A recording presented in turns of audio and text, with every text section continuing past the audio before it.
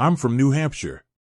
Back in my early 20s, I lived about 30 minutes outside Manchester. It was a strange time in my life, a time of wandering, searching for meaning without even realizing it. I had just ended a 2-year relationship, and the breakup left me feeling lost, unmoored. Everything felt uncertain. My grandmother was my anchor then. She was deeply religious, and after my grandfather, her husband of 50 years, passed away, she clung to her faith even more tightly. Every Sunday, she attended church without fail. It wasn't just routine, it was her lifeline. My grandfather had been a decorated veteran, a man admired and respected by everyone in our small community. His death left a void in our lives, especially hers. Despite her grief, she held on to the belief that he was at peace, reunited with the Lord. That conviction brought her comfort, a comfort I couldn't quite understand but deeply admired. One day, I decided to join her at church. Maybe it was to support her, or maybe I was looking for some kind of grounding myself. I don't know. I just knew I needed something. That Sunday was like any other, until I noticed her. A new face in our small, tight-knit congregation. She stood out immediately, dark, curly hair framing her face, and those hazel eyes that seemed to hold 1,000 stories. She wasn't from around here. After the service, I worked up the courage to approach her.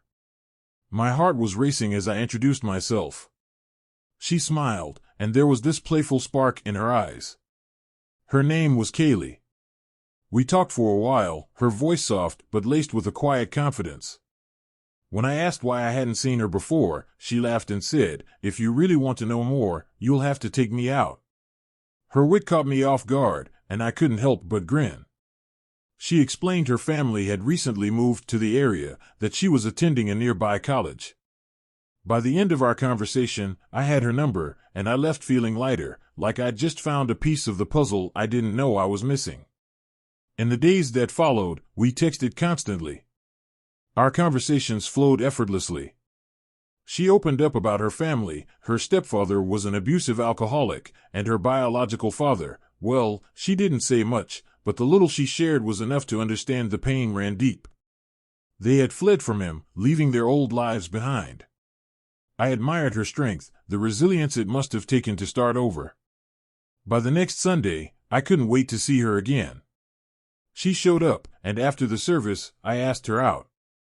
She said yes, her smile lighting up the room. We planned a simple date, dinner and a movie.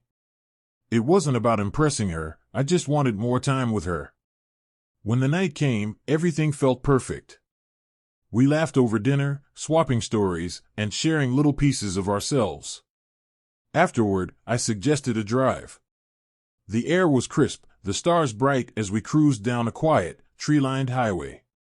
For the first time in weeks, I felt like I could breathe. But then, everything changed. Kaylee started speaking, her voice low and fast, but the words weren't in English. They tumbled out in a language I didn't recognize, something that sounded like French but wasn't.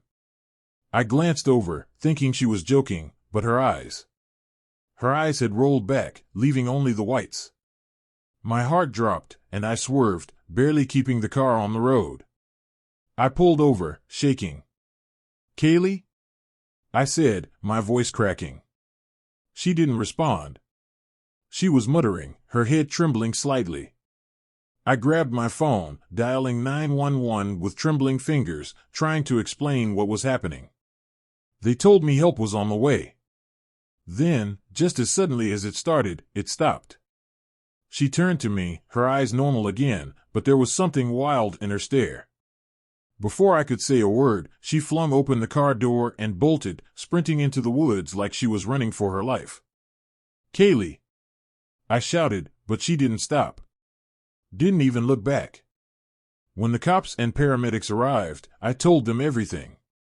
The strange language, the trance, how she'd just vanished. They nodded, taking notes, promising to search for her. But they never found her. She never came back to church. Her Instagram was gone, her number disconnected. Even when a friend tried to contact her, it was like she had never existed. I asked around, but no one knew her. It was as if she had been a ghost, passing through my life, leaving only questions behind. That night haunts me. I moved away not long after, but I still replay those moments, searching for answers I'll probably never find. Sometimes, I wonder if I imagined it all, if she was real or just a fleeting, strange twist of fate.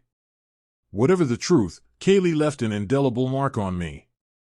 And sometimes, in the quiet of the night, I still hear her voice.